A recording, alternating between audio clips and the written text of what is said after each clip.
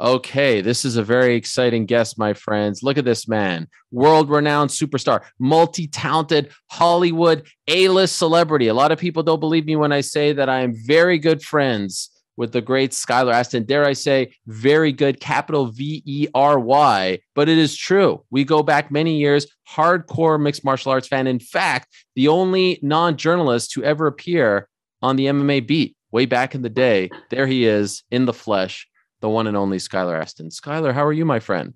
I'm doing well. I'm happy to be talking to you, old, good, very good friend. Yes, this is so exciting. We have a lot to talk about. Usually when we've talked on the record on a show or something like that, it's always been about fighting, combat sports, MMA, a little wrestling.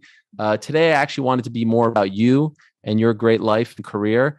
But we do have to commiserate just very briefly right off the top about our beloved New York Knicks. It's tough. What is going on? It is tough. I mean, we text often about this, and it's the opposite of last season. In that last season we had such low expectations, and then we far surpassed them. This year we're like, man, my goal for this team was to get through the first round of the playoffs. Now we're nowhere even near the play-in tournament, and we strung a couple wins together, last week, but I don't even watch every game now. It's gotten to that point where I got to kind of catch the highlights, if anything. You're one of the biggest Knicks fans I know. Even though you don't live in New York anymore, you still watch all the games. I see you, tweeting about them, posting about them. The question I have for you is, was last year the anomaly or is this year the anomaly? Basically, like, is this going to be the weird flip of the radar? I will be back to last year, or was last year just a freak thing and we're back to being a horrible team? I hate to have it be the latter. I fear that it is. It's unless if they could turn it around. I mean, Julius scored a record high, like 46 or 48 points the other day against Sacramento. I'm just worried. So I'm managing my expectations, but yeah, they just don't have the chemistry. And last year felt very special. The camaraderie felt really unique. And the fact that just like goes away in its sophomore year with Thibodeau seems pretty scary for me as a Knicks fan. You want him gone? Thibodeau? Yeah. There's a lot of people who want his head. Well, there's a lot of people who want to blow up the team and we start over again. How many times have we done that over the past 20 years? So I don't know if that's the answer. I want to kind of stick with this defensive mindset and maybe just get more pieces. I love Julius. I want to believe in Julius, but if he's got to go, we got to get a new star to build around. I actually don't have the answer for you, Ariel. I don't mean to start on such a neurotic note, but I don't know. Growing up, were the Knicks your favorite team of all the sports? Yes. The Mets gave me a run for my money in the Subway Series era. I was always like fighting against my Yankees fans. See, the thing is, growing up in New York, there are some choices within the teams, but my choices were predetermined by my dad. So I could have been a Giants fan. I could have had Super Bowls under my belt against Tom Brady of all people. Instead, he owns my Jets. Same thing with Mets and Yankees. I have all my friends in the 90s, celebrating and going to parades all the time, and I can't get out of the wild card. One last thing on the Knicks. This past Christmas, you sang the national anthem at Madison Square Garden on the Christmas Day game. I can't even imagine for, a longtime Knicks fan, a guy who grew up in New York, like that honor to me, other than doing it at the NBA Finals or maybe for a playoff game, like there is nothing greater than that. Can you even describe what it was like when you first got the offer to do it on Christmas Day? Yeah, it was exciting. Well, first of all, they gave me an option. They gave me an option of the Warriors, December 14th. And that was when the Knicks were kind of hot. So I was like, oh, maybe they could beat the Warriors. Then there was potential. And then there was, of course, the Hawks game I thought Trae Young would be there. And no, Christmas Day it's a tradition, even with my family, we've been going for years. And to be able to do that, the people at shout out to Freya Grant and the people over at MSG, they're so hospitable, and they've been treating me really well there. I've sang for a Rangers game. Thankfully, I have sang for a playoff NBA game, a couple. I sang for the Lakers last year and for at Barclays. But to me, it wasn't official. It wasn't a real bucket list cross off until I really did it at the Garden. And then more specifically for the Knicks at the Garden. Do you get paid for those gigs? No, No? No, they have offered a couple times because they've had people drop out to fly me in, which I would take a free flight in a second and just to see my folks because that's where my family lives. But no, it's the honor is all ours. Right. You know what though? I don't know. Maybe like Super Bowl spots, All-Star game spots when they get these like multi-platinum recording artists, maybe they give them a fee or a car or something. But I'm just kind of happy to be there. My ask is like, how many of my family members can come to sound check? Can I get my nephew on the court? You know what I mean? Those kinds of things. And they're always pretty amazing about that. Once I get through the anthem too, then it's just like open bar. And, I start to have a good time. And for like a gig like that, like how long do you have to actually prepare for? Prepare the national anthem? Yeah, I don't know. I think you're too. I mean, I just became an American citizen, so I would have to. I understand. A lot of people would have to prepare. By the way, I generally would, like, especially my first one, I think was a few years ago at Dodger Stadium. And to me, the two qualifications of the anthem is make sure you know your key and your starting pitch, because that thing climbs. So if you start too high, you're going to go full Fergie. And then, which I was actually there for with Jace. Wow. And the words are tricky.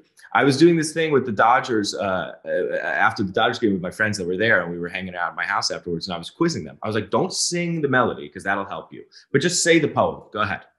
And they were like, Donzerly, like they were saying words wrong and like swapping verses. They were repeating themselves accidentally. You can get in your head about that one because the words are strange. So something that the Dodgers do well that not everyone does. I did it for NASCAR and I was free balling, but they put the words for the audience on the Jumbotron or on the screen. And in the Dodger Stadium, it's right in your eye line. And that is a fail safe. And I mean, this is coming from someone who's done Broadway and I can memorize lines, no problem.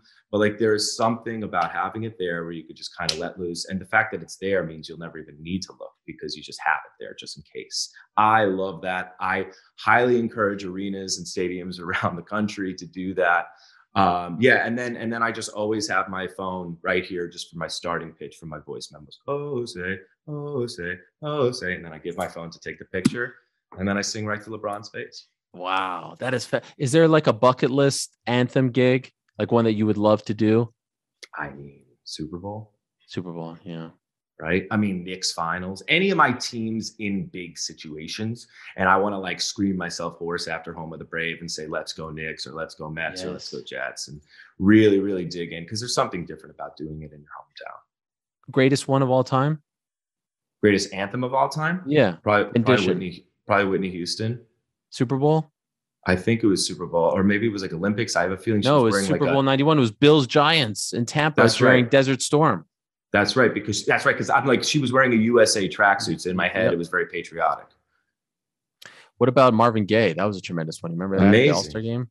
Incredible. I mean, there have been some really good ones. It's just randomly like a challenging song. And I think the key is to not do too much with it. I mean, I mentioned Fergie, and I hate that she's a casualty. I also feel the karma of me even talking about a singer in a bad way. But I mean, come on. You can't do Jessica Rabbit at Jazz Night for, don't sexify the anthem. Don't over riff.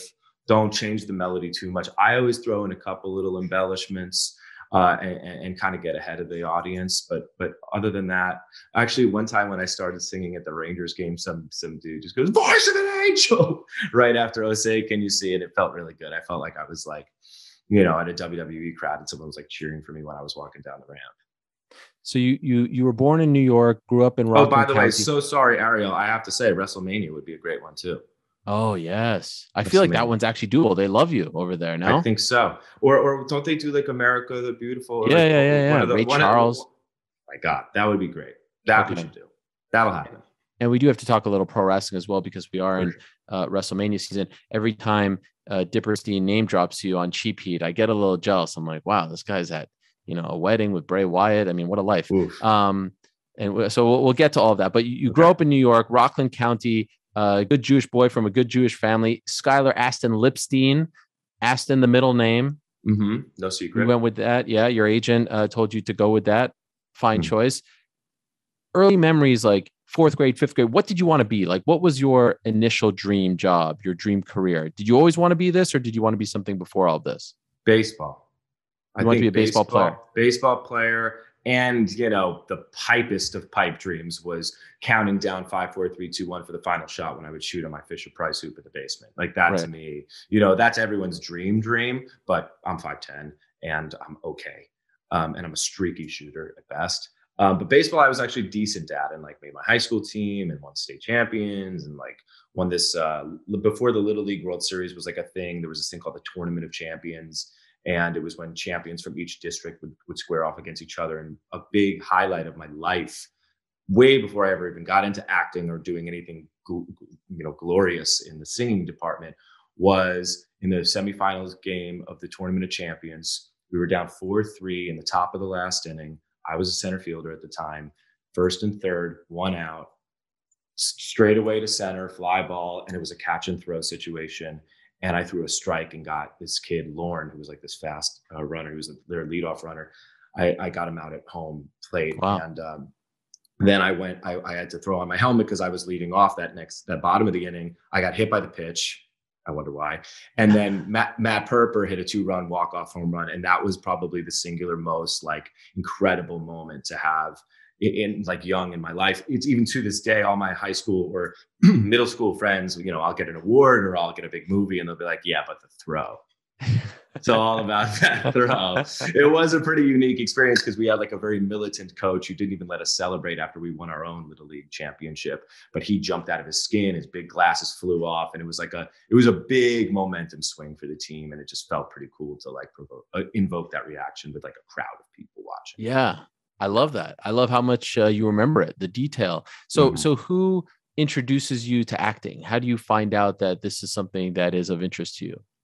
So I used to, growing up in the tri-state area, I used to go to Broadway like once or twice a year, and I saw all the Phantoms and the Les Mises and the Cats and the Joseph and the Amazing Technicolor Dreamcoat. And then when I was like 9, I saw a play that is actually often mocked because it's a little campy, but I, especially at 9, thought it was incredible. It's called Jekyll and Hyde. And obviously everyone knows the story of Jekyll and Hyde, Dr. Jekyll and Edward Hyde. And this actor, Robert Cuccioli, I had really great seats because it was a Hanukkah gift. And I just remember at the very end, there's this confrontation where he's arguing with himself and he's really going through it. I think that was my first kind of like thought of, you know, through watching movies and stuff of like, oh, there's a human being behind these characters pulling these strings. And I'm not just watching this like glossed over magical story where I get to just kind of see these people as the characters. I'm like watching this man, Robert, you know, do this incredible stuff with no special effects, maybe a couple light cues, but just through posture, performance, and changing his voice. And that kind of blew me away. So that was like my first, and I've actually gotten the chance later in life to tell him that he was like a huge inspiration to me as a kid. And so I always liked it. And I think my mom, who, you know, like could recognize that. And I played piano since I was 5, and I would do like piano recitals. And then later I'd kind of start singing with them, like doing a little Billy Joel, you know, doing the Friends theme. And I would always do like funny things at the recitals. But then when I was like 13, I was coming from basketball practice. And it was around, I know these details are really weird, how I know like the timestamp. It's about 5:45. And my mom had been telling me for weeks about the local play Godspell in 2 towns over that I should audition for. I was like, Mom, I don't know. It's kind of lame. It's scary. I don't know if I want to do that. It ended at 6, the audition. So she's like, look, we go there and, you know, I'll take you to Torriello's, which was this really great Italian restaurant. And if you sing, you know, I'll take you to this restaurant. So I'm like, oh, this is going to be great because the thing's going to be over at 6. I'm not even going to make the audition. I'm just going to get this awesome Italian meal. So I go to this audition in literally a basketball uniform and dry sweat. And where they were running late, thankfully for them and me, because it did change my life. I sang Happy Birthday. I did the monologue. And since there was a lack of guys and I had a good singing voice, I got the lead role of Jesus. Huh. Wow. Of Jesus. Of Jesus Christ. A fellow Jew. Yeah, that's right. One of our best. Yeah. And so I was able to kind of do a 180 that year because at first it was a little strange and weird. And the people were very different, but I totally got bitten by the bug in performing that show and went from going to a very big sports camp, all boys, to the next year going to theater camp, which was still, I know people that it's like a very prominent theater camp called Stage Door Manor. And that's kind of when my life just turned around. And I continued to play baseball through high school, but slowly started to phase sports out and theater and acting really became the center of my life.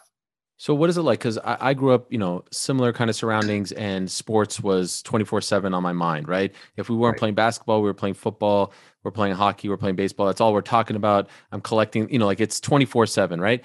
You start to go in a different direction. Are you shunned by your friends? Are you feeling a little awkward? You're the, one of few guys, a part of the, like, how do you have the confidence to say, you know what, I'm going to leave this stuff behind and I'm going to go here, which, isn't the common route for a teenage kid growing up in that area.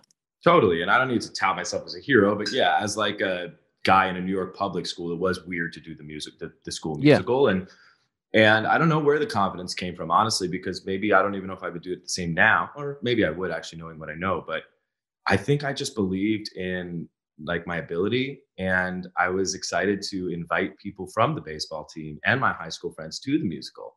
And they went begrudgingly and said the things that you'd imagine them saying. And of course, towards like at the end, when they would see me, they'd be like, dude, that wait, that part when you kiss that girl, you guys like really kissing? Like, oh, you know what I mean? And then it became almost like the cool thing to do to see the musical. And now there's like a plaque of me outside of my high school in Guys and Dolls. And yeah, I was comfortable. I try to lead like this generally. Like I've always had different groups of friends and I like to bring them together. And I think it's like I try to if I'm comfortable with it, everyone else will kind of get out of their comfort zone. And like, I mean, I've had like Sage Northcutt at my house with like Beyonce's dancers, and they're like teaching him how to dance. And like, I love that kind of stuff, like bringing people who are different kinds of, have different abilities and talents and interests, and bringing them together, especially through music.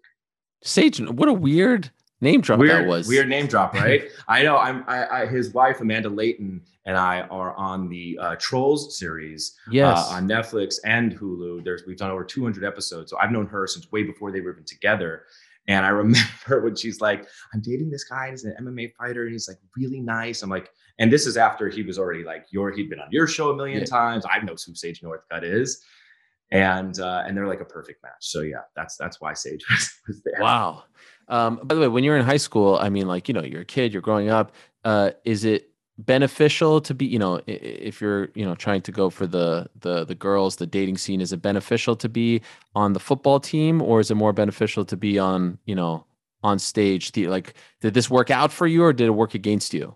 It worked well for me. There is a very, very healthy ratio of, I mean, women to men, and let alone straight men, straight boys, whatever you want to put it. Right. Especially at that theater camp. I mean, it was, I always like had like a girlfriend, but definitely a very pretty one. And options. So slim pickings for them. For you, you had, the pick of the litter. Yeah. There's like 4 of us. Wow. And I could sing, and you could do it all. I could do enough. Now, what did you like better, singing or acting? 2 different things, right? Not all actors can sing, not all singers can act. You could do both. Which did you prefer? At first, it was all about the singing. I didn't really even know too much about the acting. In fact, my second play I ever did, my director was like, "Skylar, you realize like you're playing a god in this play. So don't you think he'd walk a little differently?" And that's like, then I kind of fell in love with like the physical score of acting, and like changing your the way you breathe, the way you say words. And now I think of them very symbiotically, especially when you're doing musical theater, of course. But I've also been fortunate enough to do enough work in TV and film that have musical elements. So I like that I get to scratch that itch. But even moving forward, like I love acting just as much. I can't pick one. And now that I have an outlet and I'm writing music, I'll always kind of have that. And I can kind of save myself for musical projects that really interest me. So at what point does this become like a thing where you're like, oh, I'm enjoying this. This is fun. This is a passion. I really like it, to you start thinking like, wow, I could actually do this as my job, my living will be like, how do you make that switch? When does that happen? So when I was 14 years old, I had this agent who signed me out of this. Wow, 14. Out of that camp. Yeah, it happened really fast. Like from 13 to 14, wow. I went from like truly like doing like sport, soccer, basketball, baseball, to just doing like all these plays, like 3 at once. One time I was in literally like Honk, Pajama Game, and Les Mis all at once, going from rehearsal to rehearsal, just loving it. And then, when I was 14, she would send me, like, I was still going to public school, but once every like 6 months, she would send me an audition for something that they were seeing younger people for. And this one in particular was my first ever professional staged reading for a show called The Me Nobody Knows. And I was playing I had to age myself up to play like 16, 17, whereas a lot of people were aging themselves down from like 24, 23. And I was a part of this play. And I remember even the audition, I was seeing this guy who I just seen on Broadway in Rent playing Mark, like with my mom for like a birthday gift. And here I am like auditioning against him, or at least he's going out for another role. And it was at that moment where I like realized that like, oh my God, I'm kind of a part of this in a way, or at least I'm a contender here. And then when I was able to book the job, I really felt like I was a part of the community. I was the only person in that cast, even though it was like a week-long workshop of a show that didn't even end up really going to Broadway, but still just to be in the room and to be with these people who had had successes and were going to leave rehearsal to go to their Broadway theater to do their show. I really felt like I was finally slowly becoming a part of the community. And from there, I was like, oh my gosh, I could do this. And that kind of kept me going until I finally got my first Broadway show. Which one was that? That was Spring Awakening was my first like big original Broadway show. I had done Les Mis when I was like 16 in this like special performance, which is a Broadway credit with a kind of an asterisk on it. But my true, like I've done like hundreds and hundreds of performances, was with it from its workshop through off Broadway, through the transfer, through the Tonys and the Grammys with Spring Awakening. You obviously are talented enough to like, you could have been a super young actor, like a child actor, like a 5-6-year-old. You have that talent. It didn't work out that way. Is that a blessing for you? Like you've obviously heard of the stories of the kids who grow up, it doesn't work out. There's very few that it actually works out for them. Are you happy that you got into this? I don't want to say late because you were in your early teens, but that you weren't one of those kids that started when you were 5, 6, so that you would have the longevity that you're having now? I'm very grateful for how it all played out. I think I had a healthy childhood. I like that I learned, like played sport. And it's not like I'm glad I was a jock and then turned into a theater guy. I'm actually glad that I learned what it was like to be a part of a team, and like had my dad coaching or assistant coaching or whatever, my little league and my basketball team, because he really instilled like work ethic and being a part of a team. And that really translates well to being a part of an ensemble when you actually start to do theater. And I think that like theater people have the best work ethic of any actors, because once you make that transition into TV and film, there's kind of a built-in hierarchy, and you can get away with acting, not the most gracious. And I don't think that that'll take you very far. So I'm really grateful for not only like being brought up through sports, but just being brought up by parents who weren't like stage parents, who weren't just trying to like get me, to tell me at a young age, like, you got to meet this person and you got to be famous and you got to do this. I think I would have approached things a little differently. And I think that something that I've been told, and I do believe, is that like I was brought up in a way that makes me really gracious and humble, and I haven't really changed. That's what a lot of people say from childhood. Yeah. So, like I think a lot of people would say, oh, your first break from the outside looking in, Pitch Perfect, but I don't know if you would agree with that, right? Like, what's your first break in Spring this business? Awakening. That's the break. Yes, and it's funny because we've had that cast was like loaded with talent. I mean, people have gone on to have insane careers. Jonathan Groff, Leah Michelle, who did Glee. It's like people would think, oh, Glee, right? That's like your thing, and we both would say, no way, Spring Awakening. I mean, wow. We just celebrated our 15-year anniversary. There's going to be a HBO documentary that is done as a kind of retrospective, where they were filming our reunion concert, but also it's going to really look back at what it was and really let people know, because this was before the age of Twitter and Instagram, and it couldn't be what Hamilton is. It wasn't what Hamilton is, but it was a huge Broadway generational hit, and it was cool, and it was rock and roll, and it was kind of like Rent, but a little different and really dark, but also like the people that loved it, it really meant a lot to them. And the people that were performing it, we were always told by older Broadway actors and people in the business, like, you won't truly understand what this is until later in life. And I feel like we're all truly, especially at that mile marker of that 15-year anniversary, we're starting to understand its impact and really be grateful. So yeah, I like very proudly talk about that time of my life and how formative it was, and how it really prepared me for everything else and other successes. I think about this situation. So imagine being the Beatles of 49th Street, But then once you get to 50th, you get on the subway and nobody knows who you are. There's this anonymity with being a Broadway star, especially at that age, without having any like TV and film credits, where it really puts things into perspective. Wow. Because people are pulling at my shirt and trying to get my autograph, and they just saw me do this thing. And it was like a very, very like angsty, sexual even show. So it had a rabidness to the fan base. Like we had some incidents, you know. Wow. Like but stalkers and stuff. Stalkers and people constantly, a lot of stuff. I mean, people in the audience Damn. masturbating in our balcony once. What? I've had room keys thrown at me. Damn. It was intense, and I'm like 17. That is wild. And are you ever like, so you say like sexual and all this stuff, your parents are probably there for some of the shows, right? Is that awkward for you? I mean, again, it prepared them for doing other things later in life when I'm on Girls and doing a sex scene, or, my grandparents, who were alive at the time, saw me do a circle jerk on Broadway, and I literally had to lead it. Yeah. It was a crazy scene. That doesn't freak you out or mess with your mind? In theory, like I guess before and after, but while I'm doing it, there's like a power in theater. There's something really special about it. Like, and I hate to like use this circle trick as an example, but basically like in TV and film, you kind of hand over your performance to the editor, and a director can kind of manipulate a reaction that you have earlier in the scene and put it in a later place. But only in theater can like the curtain go up, and every note you've been given, every fear you have, it's gone. You have a job, and you can't stop. So once you're on that speeding bullet train, like you kind of can't think.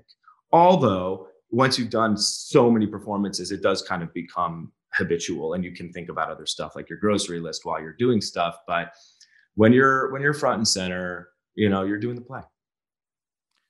I was in a hotel room 2 weeks ago with my family. It was a Saturday morning. My kids are in the room with us. It's a small room. And, you don't really scroll through TV these days. It's usually like you go straight to Netflix for something, you go to Disney Plus, whatever, especially with the kids.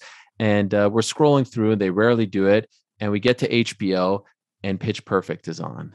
And I'm like, guys, I know that guy. Like I text with him. He's a Knicks fan. He likes wrestling. I was trying to be super cool. It is such a good movie, man. It really is such a good movie. My question to you about Pitch Perfect as we get into this part of your life is, do you enjoy talking about Pitch Perfect? Like, are you happy with the memories? Do you like, I don't know. I'm not sure. I've never really talked to you about Pitch Perfect all that much. Is this a positive thing for you? Because I would imagine there's part of you that probably is tired of talking about it, right?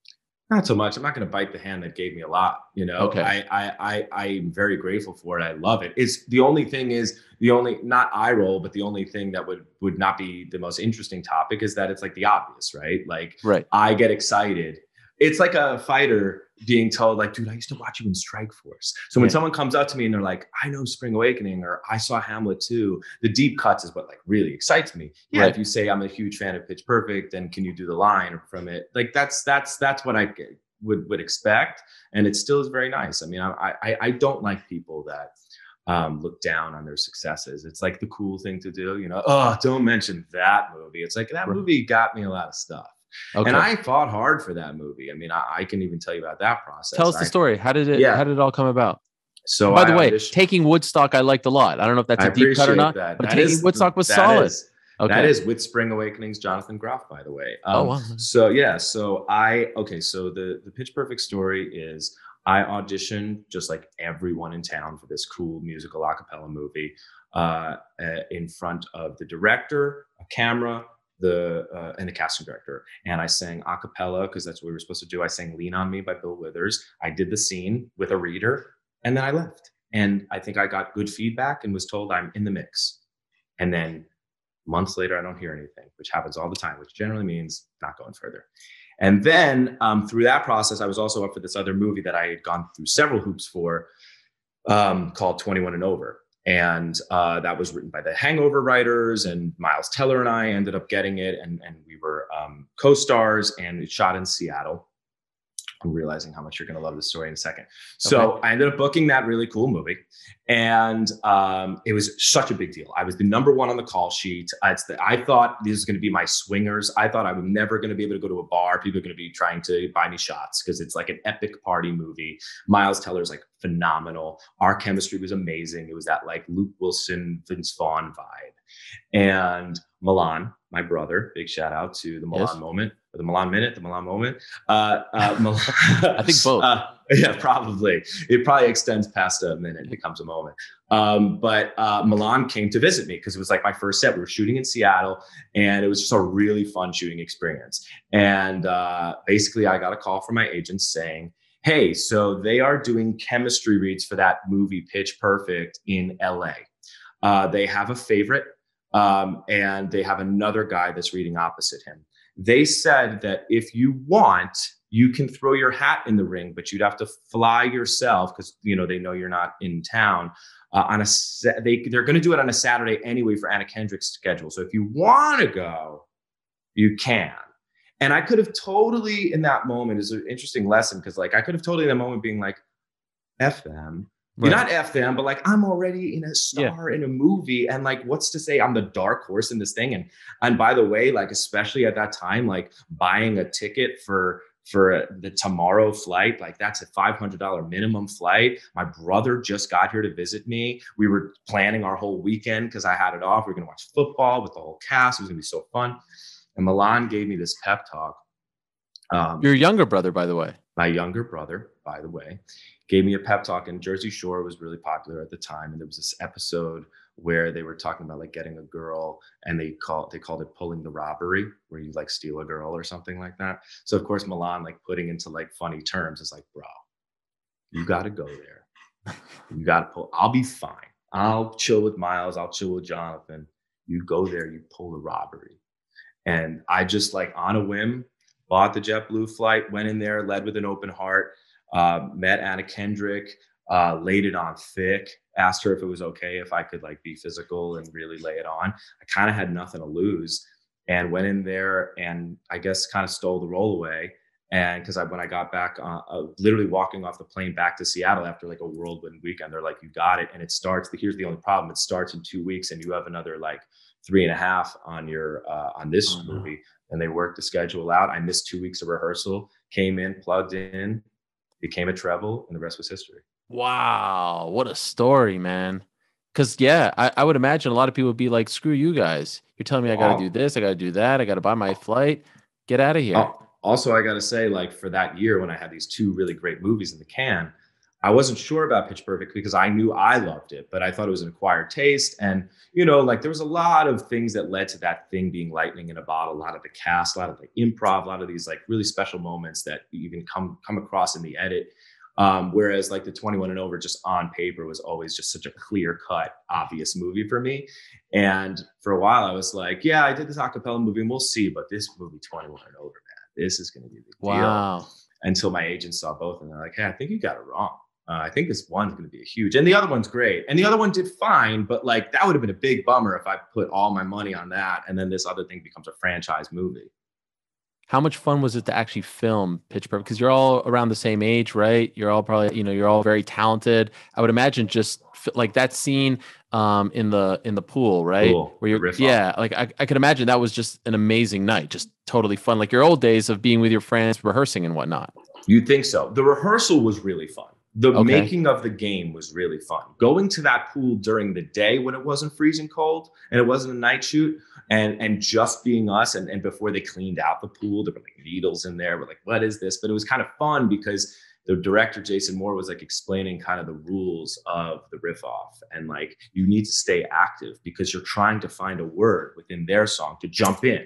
And that was really fun in like kind of the improv games. But yeah, once we actually started picking off the sequence and shooting it over the course of 2 nights, it was very technical. It was very fun. It was very cold. I remember actually I did my side, little movie magic for you. I did my side of the riff off when I'm supposed to be like flirting with Anna Kendrick and singing to her and serenading and taking off my jacket. They weren't there. They had to go because the girls had a turnaround issue.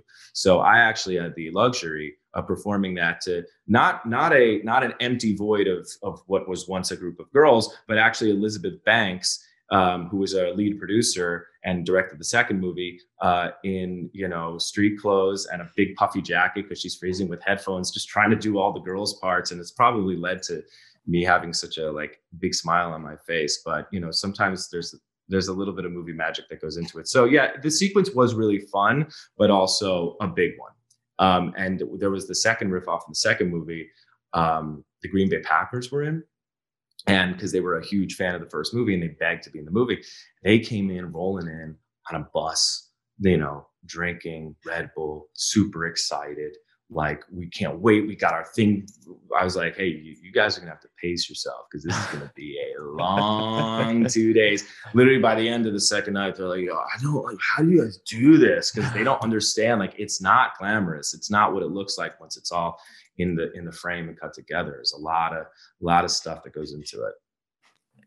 At what point do you realize once the movie is out, is it right away that like, holy crap, we've stumbled upon something great. This thing is going to make a ton of money, way more than projected. Like, did you realize that right away, or was it a bit of a slow build?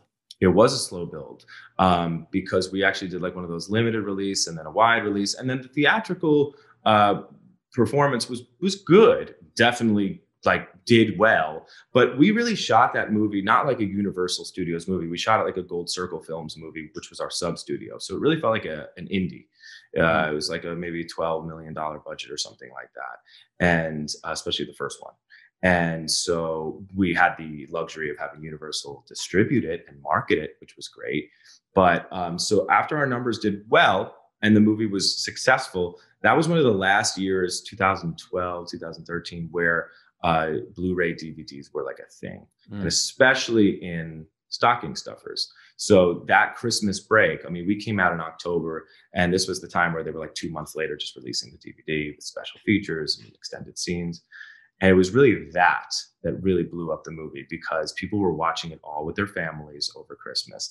And I was actually on a vacation with my family, and I was getting like, it was crazy. I was getting like thousands of followers a day, and I just could like feel something happening, which was really, really interesting. And I'm so happy to be with like my family too, because we were like enjoying it and also distracting me from it. But that's when I was like, oh my gosh, this movie's getting huge. So it really over time, and then it got onto HBO, and then every father and MMA fighter. I remember when I went to the Anaheim card, I think it was Ronda's first fight in the UFC. I think it was 157. And I was brought actually cage side because I was promoting 21 and over, which, by the way, even though we filmed that first, it came out months after Pitch Perfect was out, and even after the DVD had come out. And I'm having Anthony Pettis and all these people come up to me like, bro, my wife dragged me to this begrudgingly. Meanwhile, now every time it's on HBO, and I've heard that story now a bunch of times of like, I watch it every time it's on, and it brings me and my daughters together. They think I'm cool.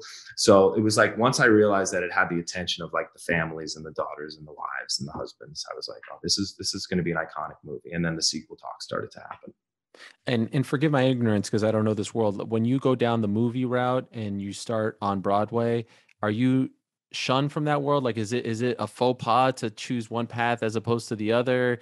Like, how does that work? Or is it okay? Can you go back and forth? No, I mean, you could definitely go back and forth. Of course, I mean, there's like the purists inside, there that are like, oh, he, a big Hollywood guy. But I mean, that's where I started. That's my bread and butter, and I know that community well. Also, theater people like to sell tickets, so a lot of times they will put unqualified TV and film people into Broadway shows, and it really can expose people. But they're trying to sell tickets, and I won't name any names, but it happens. And so, something that I come up against a lot, which actually really bothers me, is people, when I'm back there, I'll go to an opening night or I'll do something, and they're like, would you ever come back? Do you think you ever want to come back? I'm like, what are you talking about? Like, I'm actively pursuing it. I would love to be in a Broadway show. Unfortunately, the ones that come across, that I've been sent or offered or whatever, just haven't been the right one, because I really want to make sure that if I'm going to spend all that time, I want to commit to something that I really believe in. But absolutely, that's the dream. That's the goal. I mean, I think I'd probably rather win a Tony than an Oscar. Really? I think if I had to pick one. Why is that? Because I feel like the Oscar is the more famous one. No, or am I wrong? For sure. And it would probably Okay. make me millions and millions of dollars, Yeah. but the Tony Award's the dream. That's the Interesting. boyhood dream. That's the Shawn Michaels on my knees in 1996. Because that's what you started with. That was the That's first what I dream. was singing in the shower for. Interesting. That is okay. So now, as far as Pitch Perfect is concerned, I think part of its interesting legacy, and I hope you don't mind me bringing this up, but your life is so public, is the fact that you ended up marrying one of the stars of the show. So I feel like people love that type of stuff, right? However, she wasn't your love interest on the film. Your love interest was Anna Kendrick. Was that awkward? I always think about that. Was that strange that you're like flirting with? No, only for it's so funny how like audiences think that's the layman. They just think it's like, was that weird? And their names are both Anna. You're like, I think I didn't think of that part, but well, it's like because like Anna Kendrick likes me, I'm sure, as a scene partner and a love interest, but like I know that there's no vibe there in real life, so I don't. Why would she be? Acting. And it happened after the movie was shot, so only for like the second movie was it like we were now a couple at that time. Okay, and we were a group of friends, so it's just like a group of friends accepting people that are dating.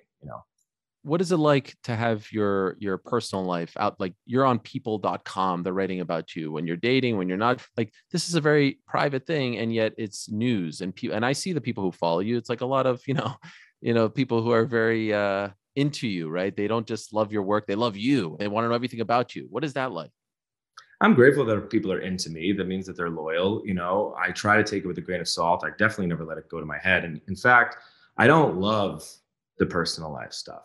And I fed into it. And it's not that I fed into it purposely. It's like I treat my Instagram like you treat your Instagram. You put your wife and your kids on there. I mean, I celebrate my loved ones' successes, whether it's my sister, my girlfriend, my, you, very good friends of mine. So I guess it comes with the territory. I do kind of hate when people are like, well, that's what you signed up for. It's not what I signed up for. Mm-hmm. I signed up to do the Jekyll and Hyde thing.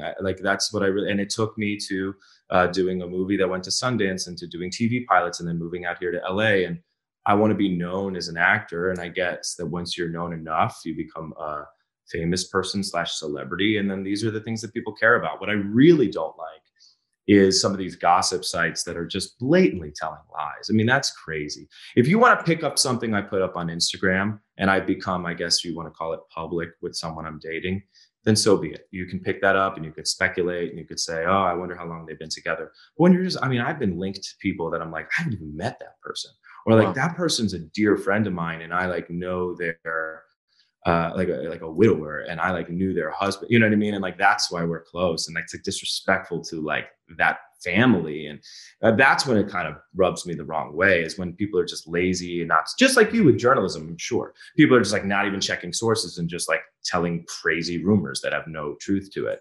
So I guess I can't like harp on it too much. And I used to tell people like, God, I'm such a name dropper. I used to tell people like Chris Weidman and when he was, in his prime, because he was like, how do you block out all the bad stuff on Twitter? And I was like, you can't relish in the good too much because then you'll really dwell on the bad. So I really never try to let it get to my head. I mean, it's hard with social media because there are serotonin boosts that naturally happen when you announce something and everyone's excited. But yeah, you try to take everything with a grain of salt because the truth is they don't really know who you really are and they're just speculating. So a few years ago, obviously, you were married, no longer married, right? And this is all public. And I hope you don't mind me asking about this. Is this okay? It's fine. I just wanted to know how that was to deal with this in the public eye. If I deal with it, I'm just a regular guy. No one cares. Everyone cares about you. Everyone cares about her. And you have to deal with this publicly. How did that go down for you? How did you handle that? Well, the actual divorce part was really amicable because I think we both really came to the decision that like we really tried and it just wasn't like we really weren't meant for each other. And even though there was like a lot of love and passion, that doesn't always go the distance. So I think that like we made the decision to you kind of have to announce it as you file, because unfortunately filing for divorce is public record and TMZ gets that right away. So they're going to let it out. And before anyone could speculate about what happened and so was someone unfaithful or something like that, we we just put, I think, like a 2-sentence thing out through, I think, her publicist, and it kind of comes out concurrently on People and concurrently on, the public record. And the thing was that I really think was smart for us was we had kind of been done for, a few months at least. I mean, we'd been separated and we'd even gotten out of our marital home. So it didn't feel like it's ground zero now and everyone's trying to come to our house and take pictures. Like no one knew who we were, where we were. And it actually, it wasn't as scary as you'd think. I've had probably scarier things, like celebrity famous kind of things with stalkers or people outside a house, you know what I mean? Like than that. I've been robbed. So that wasn't that bad. I mean, divorce is hard, breakups are hard, like love is tricky, but I'm a human being. And even though it felt like it was on a massive scale, thankfully we were both working. We were both employed and could like really put our effort into that and, walk away amicably. Robbed by a fan? I don't think so. I think it was robbed by someone who was pretty desperate to rob someone. Okay. But yeah, broke into this house actually. Really? Damn. Mm-hmm. And you've had stalkers come to your house? Mm-hmm. Dang. Scary? Mm-hmm. With pants of mine? With pants of yours? How? Yeah. I don't know. They were just How'd they get them? Pants that like I wore in a movie, I guess. God. I'm like, well, I just wanted you to sign your pants. And I'm like, this is not how this is done. Oh my God. Wow. Yeah. Okay. That was at an old residence, thankfully. Okay. All right. So now you're starting to grow the film is a massive hit. There's a second one. In the second one, correct me if I'm wrong, your role isn't as big as in the first one, right? That's right. Did that piss you off? Only because we did film a big segment of it and it actually ended up on the cutting room floor. What? Why? Yeah. Well, Ariel, there was this Politics? really beautiful, I don't know.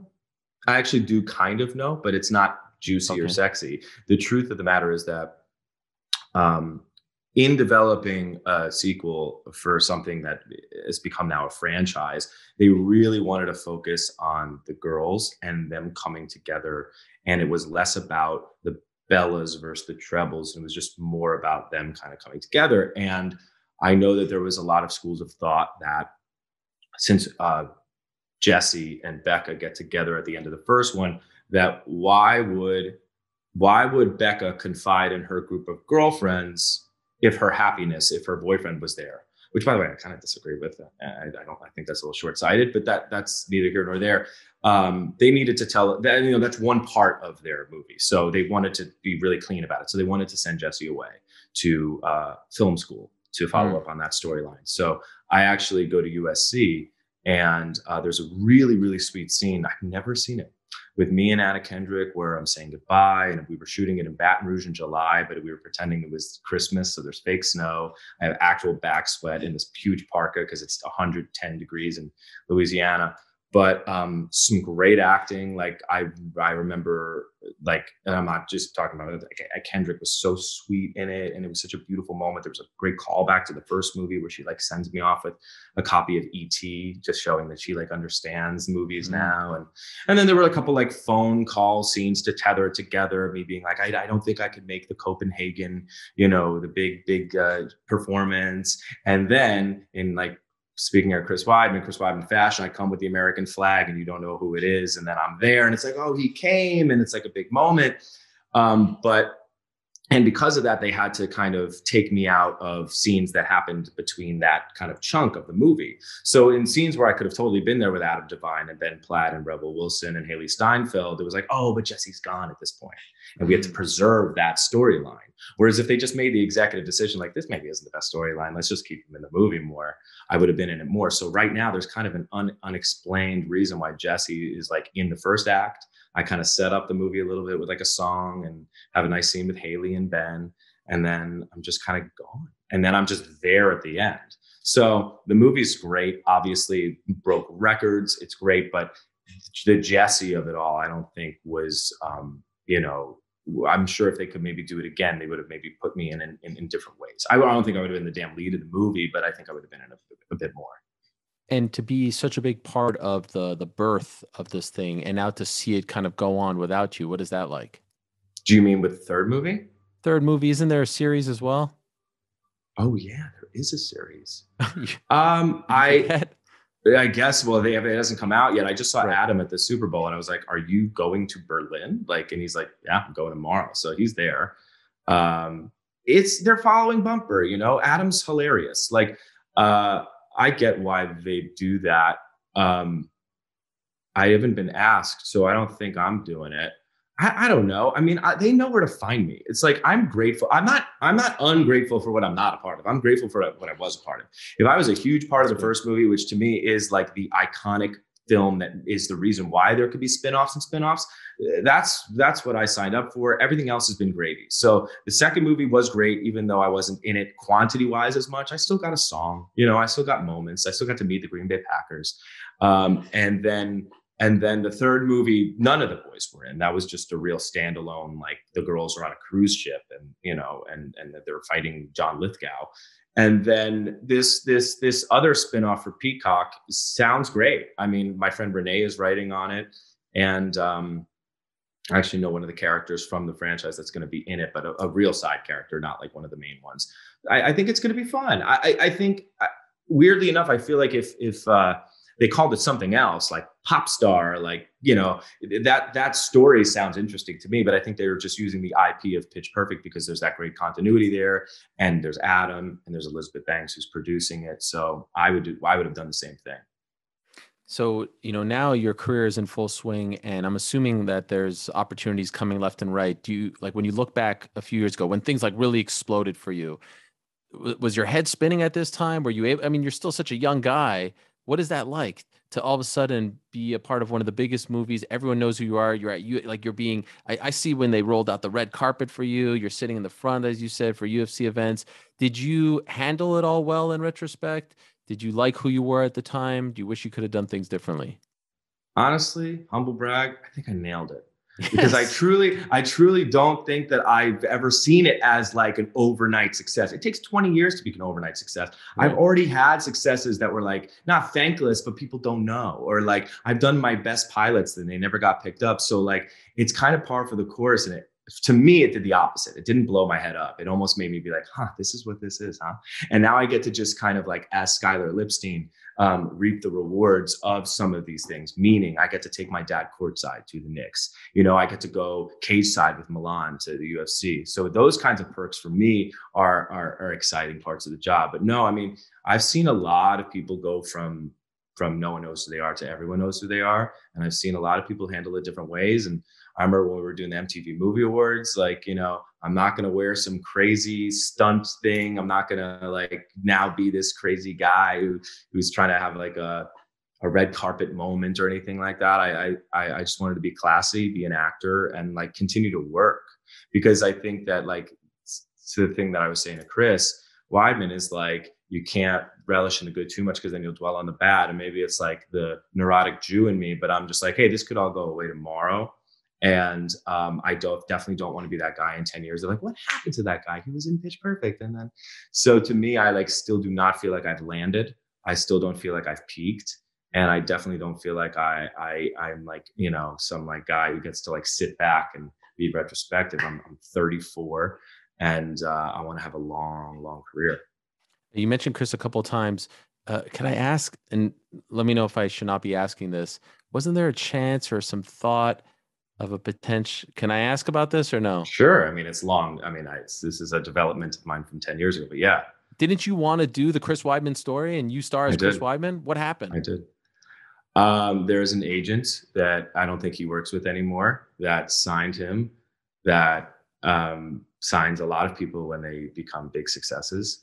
And nothing against him, but he was trying to get Chris in like the Teenage Mutant Ninja Turtles movie to play Rocksteady. I remember I was helping Chris learn lines and how to perfect his tapes.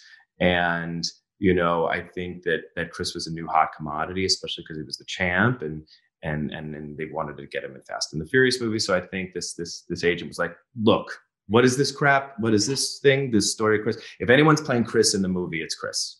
And I'm like, well, that would really defeat the purpose. I mean, right. It's not at all about that. It was called Grace of God.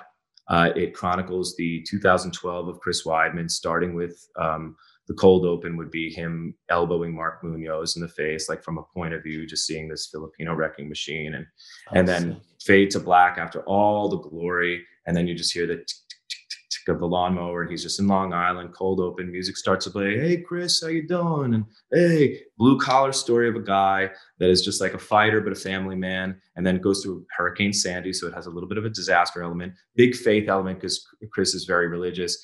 And just the story of how he had to move back in with his parents in their basement, and then fight this phenomenal, flawless Anderson Silva figure, this undefeated person, and just the story of his shoulder injury through that.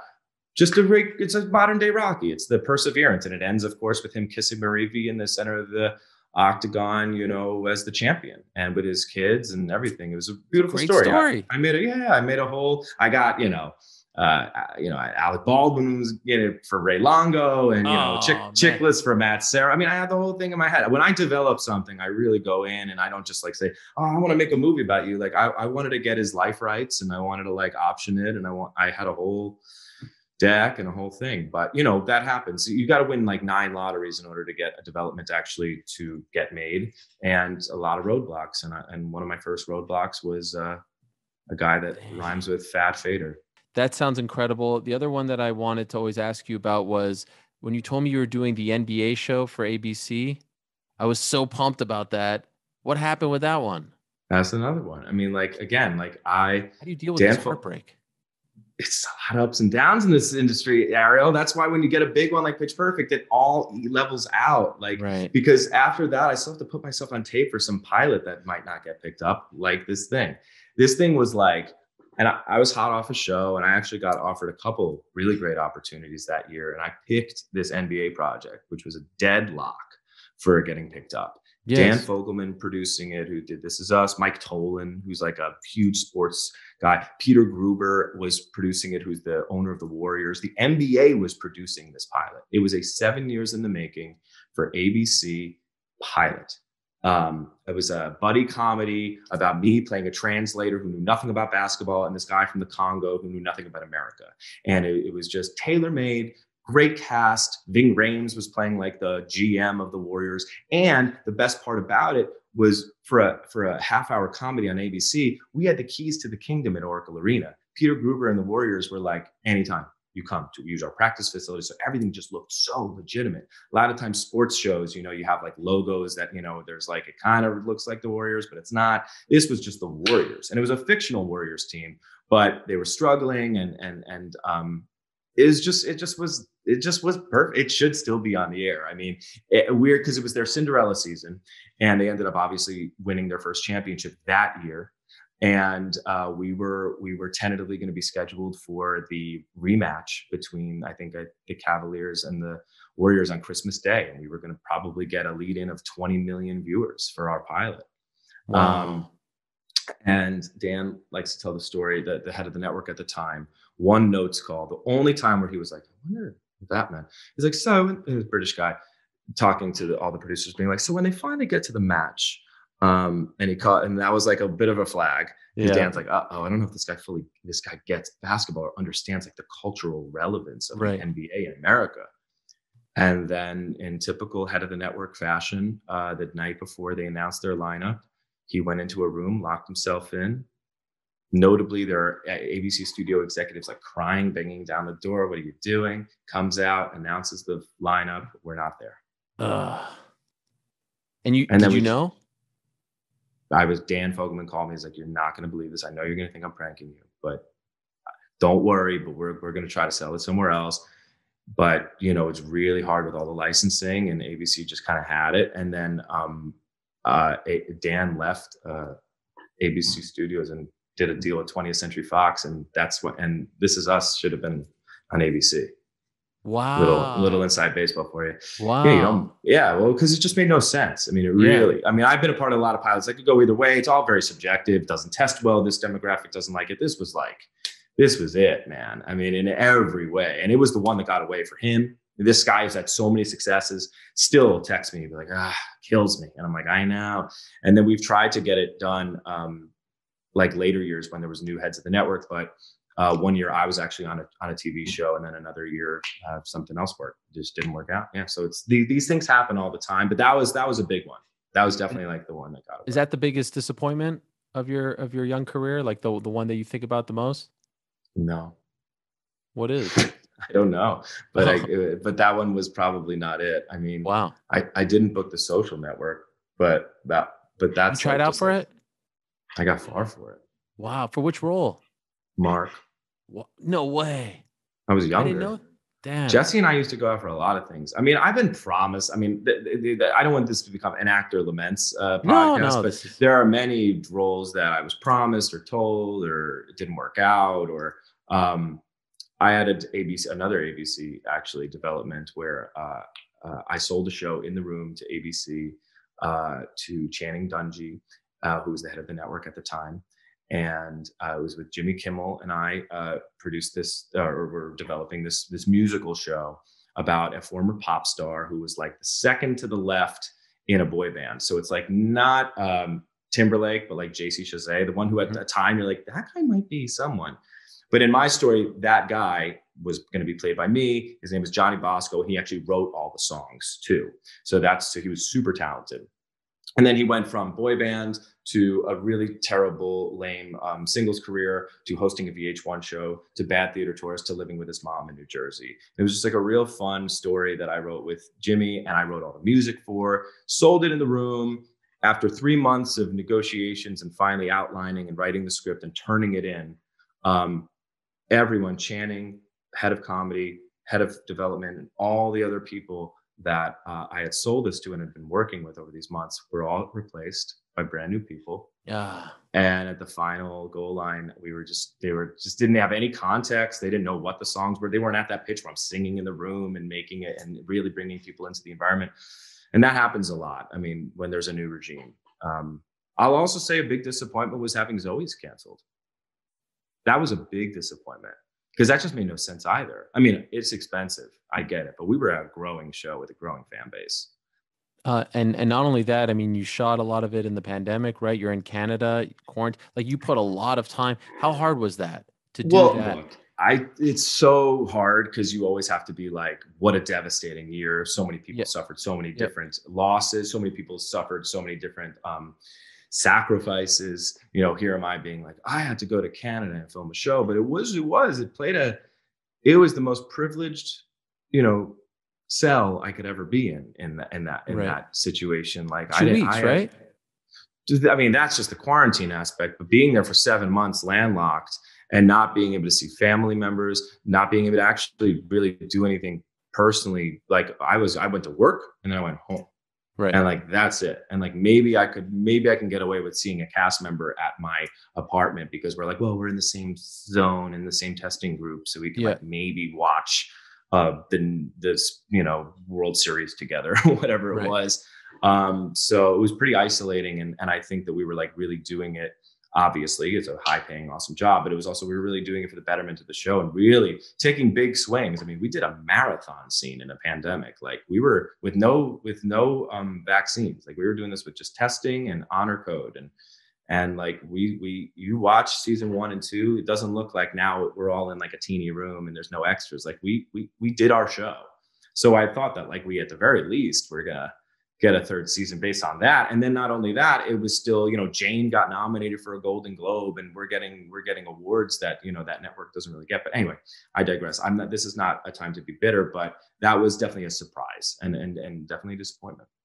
In good news, though, and I apologize for Matcha, there's probably someone at the door right now, so I apologize for the dog barking. But in good news, Grey's Anatomy. This is very exciting.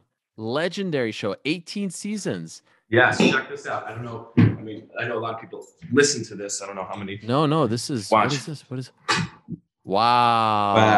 Swag, dude. And check this out. How did that come about? Congratulations.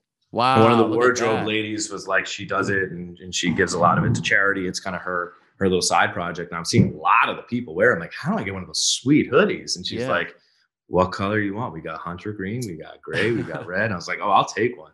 And I've been wearing it around town because it was a bit of a secret for a while. But now that the cat's out of the bag, I'm going to be rocking that hoodie. I got to say, like, it's a show that I watched actually when I was doing Spring Awakening. It was so that's 15 years ago with my girlfriend at the time, and I watched the early seasons, and I fell off. There's a lot, I haven't seen, but it's an institution, and it's a really great working environment. I love the people I'm working with. Can't even fully give away the specific actors that I'm working with because that's a bit of a spoiler in and of itself. But the fan base is just like, I mean, they were telling me, they're like, you're going to see, they're going to love your character, but you're going to see they are dedicated. And even just in the announcement, people are all, who is he? Is he the new doctor? Is he the new love interest for this one? And I don't know, it's very exciting. Also, it shoots in town, which is just from a gig perspective, really nice that I get to sleep in my own bed. But also the people there are so lovely and welcoming. From day one, I felt like I was a part of it.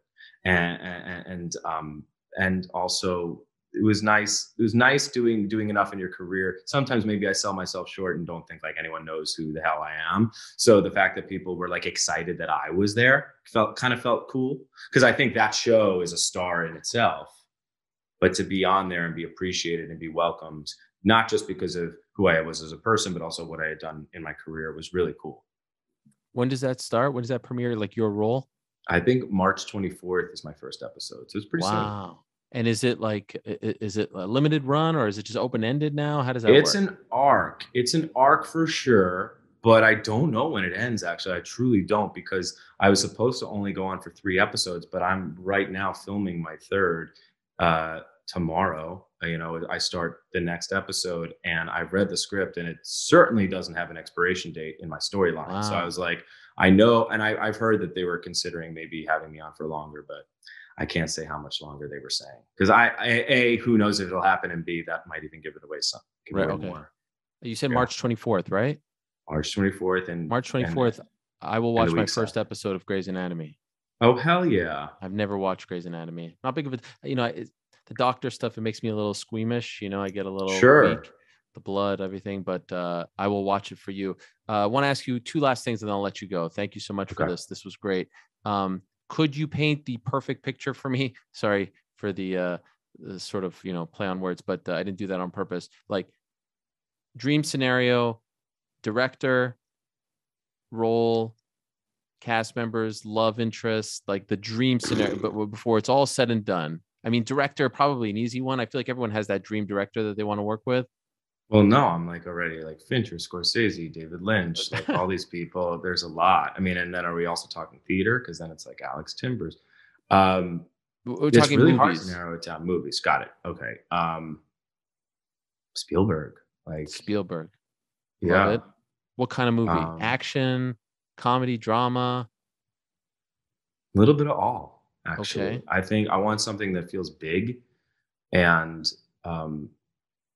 just to swing big. I mean, like for instance, like a biopic, and I've said this on other interviews, so I don't want to just be like the guy that's like, I want to play Billy Joel in a biopic, but like something like that. You see Taron Egerton, and I see Rocket Man, and I go, that guy's insane. He's so talented. What an amazing actor. What an amazing job he did. But I actually see that, and I was like, wow, that's a skill set I have. I can do the emotion. I could do the comedy. I could do the charisma, and I could do the singing, my own singing. So I feel like something like a Bohemian Rhapsody, like some stuff that I could do, but then I just really do it in a real mature way. I think it'd be really fun. And I think that that's like well within my grasp. But if I'm aiming large, like, yeah, huge, big franchise, Marvel, you kidding? I want to work with the Russo brothers. I think they're amazing, and not just because they did Endgame, but I actually really love their movie Cherry with Tom Holland. Like they know how to direct. They're cinephiles, and I love people that love to make movies. Tarantino, like these kinds of people who just like love it. So I would love to do something dirty, something gritty. I would love to do something epic. This is too big of a well, Ariel. Okay, I have way too many wants and desires. Love interest. That feels Why? Because it's like, who's hot? I mean, honestly, like, no, it's something that you want to vibe with, you want to work with. Let's just go with Meryl. Oh yeah. Why can't I just be her young thing? Like that's what I mean. Because of course I could say what the most beautiful, talented actresses out there, like Margot Robbie and people like that. Sure, who wouldn't? And not just because they're beautiful. And you meant Meryl Streep, right? Of course. Who else? My mom. But I also, yeah, I think it'd be really interesting to play opposite an older actress that just like I could just learn so much from and excite them and bring like a youth to that's them. tremendous. What an answer. I love that. And by the way, I was privy to something recently. I'm not sure. Is this also Marion Cotillard? Sorry, Marion Cotillard. So okay. Incredible. Anyway, keep going. I don't know. Is this public? Is this not public? You sent me something. Is it public? Is it not public? What did I send you? You sent me something to consume. I probably should have asked you this before we. No, it's fine. You don't. This is the pre-interview, which we didn't do. This is the pre-interview. But it's okay. You already asked me about my divorce and like my biggest failure. So wait, what is the question? This is what you asked me something to listen to. Oh, my music. Yes, I didn't know if that was out there yet. It's not out there. The music isn't out there, but the fact that I will be releasing it will be. This is incredible stuff. I played it for my wife. Your voice is unbelievable. Is it possible that you're a better singer than you are actor? Is that possible? Because you are an unbelievable singer, and I feel like you don't get enough credit for that, to be honest. I appreciate that. I think that's a fair thing to say. I try to like match them, but I think it's a thing that I feel like Jane Levy put it best. She's like, Skylar, you have like a superpower, so stop like denying it. You know what I mean? Like this is something that you can do and you can act, which is cool. Yeah. You know what I mean? When's that coming out? I need a bit of a release strategy, but probably as soon as like April, May. Oh, wow. And it'll be an album. I think it'll eventually be an album, but in today's day and age, when you're not with a label, which I won't be signing with because I just think that that's a whole other, then it'll really be backlogged and who knows if they'd even like any of these songs and want me to start over, but I'm itching to get it out there. So I'm going to release it by myself. But the thing is, what you have to do is kind of release it as a waterfall. So I have what you've seen, like 6 to 8 songs I probably sent you, and they're all kind of ready. So I would probably release them single by single every like 4 to 6 weeks or something. Get in the algorithm. It's all about like Spotify algorithm, TikTok algorithm. It's kind of annoying, but it is a necessary situation because it really does. But something that I will be also doing is signing with a sync company to get my songs in like TV shows and commercials and stuff. Because not only is that a good revenue stream, but it actually does, if it's big enough, translate to streams. And I know the Grey's Anatomy editor has one of my songs. It's a very Grey's Anatomy song, by the way. It's like a big heartfelt ballad that would be perfect for their montagey stuff. So things are in motion. I have a songwriting session tomorrow with a really great songwriter. So I'm very much involved in that. And what I love so much about that is even what's different from my other developments, like selling a show or writing a movie like A Grace of God, is that I get to just release it. If I really wanted to press upload, I could just do that tomorrow. And if I get 5 streams, I don't really care. So the fact that I know it will be consumed and it will like brighten someone's day actually really excites me. Well, I can't wait for it to come out because it's really, I mean, it is really good. I'm blown away by your talent and how multi-talented you are, from the singing, the acting. Not everyone could do that. Lastly, and most importantly, dare I say, right now, true or false, we're feeling AEW more than WWE. Is that true or false? True. Yeah. That pay-per-view was why? Because it harkens back to the time, not just the Attitude Era, but they're different brands. Like WWE is the land of superstars and AEW is the land of pro wrestlers. And I think Vince McMahon would even say that. And pro wrestling, the way that they're telling stories over there, the way that they can kind of afford to tell stories over there, it's kind of chef's kiss. I'm such a fan. It's not as family friendly. I'm sure if and when I have a kid, like, and I will introduce them to WWE and show them the face paint and the Ultimate Warriors and that kind of stuff and the more action figure style. And by the way, the pageantry, and I'll be at WrestleMania. Like, I still love that. And I still watch, but yeah, AEW is just a real pleasure. I love the talent over there. I love the guys over there. I'm friendly with Matt Jackson and Adam Cole and some of the guys over there, and they're really happy, and they're like happy doing what they do. I'm rooting for them.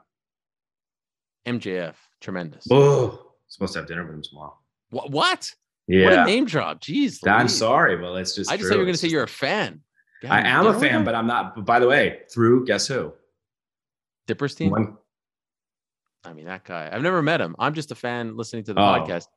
But we have to do a big shidduch when we finally get together in New York. The three of us. It'll be me, you, Peter, and Dipperstein. That's a dinner. We could do a little Seder at Jace. Yeah, absolutely. It's a meeting of the Dons, the Donsteins. Right. Well, this has been tremendous. You are an unbelievable mensch. I'll never forget the day before my career changed forever, the day before I was banned from the UFC. You drove, I believe it was to the Forum in Inglewood, and drove me to Dodger Stadium. I was meeting someone there just to hang out. You didn't go to the game. You didn't go to the Forum. You just drove, and it was like a Friday afternoon traffic. That's the kind of mensch that you are. And I'll never forget that. It was like the last thing before everything changed the next night when I got banned and kicked out of the building. And to your credit, you remained friends with me, even though you're, friend of the family as far as the UFC is concerned. So I appreciate that. Of course. I would do it again. I'd always give you a ride. I'm happy to do it. I appreciate that. Congrats on all your success, on your unbelievable career. I'm so happy about this Grey's Anatomy thing. I can't wait to watch. I can't wait to tell my family that I know you. And I hope it goes on for many more seasons. And I can't wait for the music to come out. Well done on everything. And very soon we'll be watching you at MSG sing the freaking national anthem before game 1 of the NBA finals. Ooh. Hopefully, before we're not, like 50 years old or something like that. Hopefully it happens soon. Yeah, I'll bring my grandkids. I get nachas when I see you doing those things on the big stage for the teams that we love. So much respect. Thank you so much for doing this, Skylar. I really appreciate it. Of course.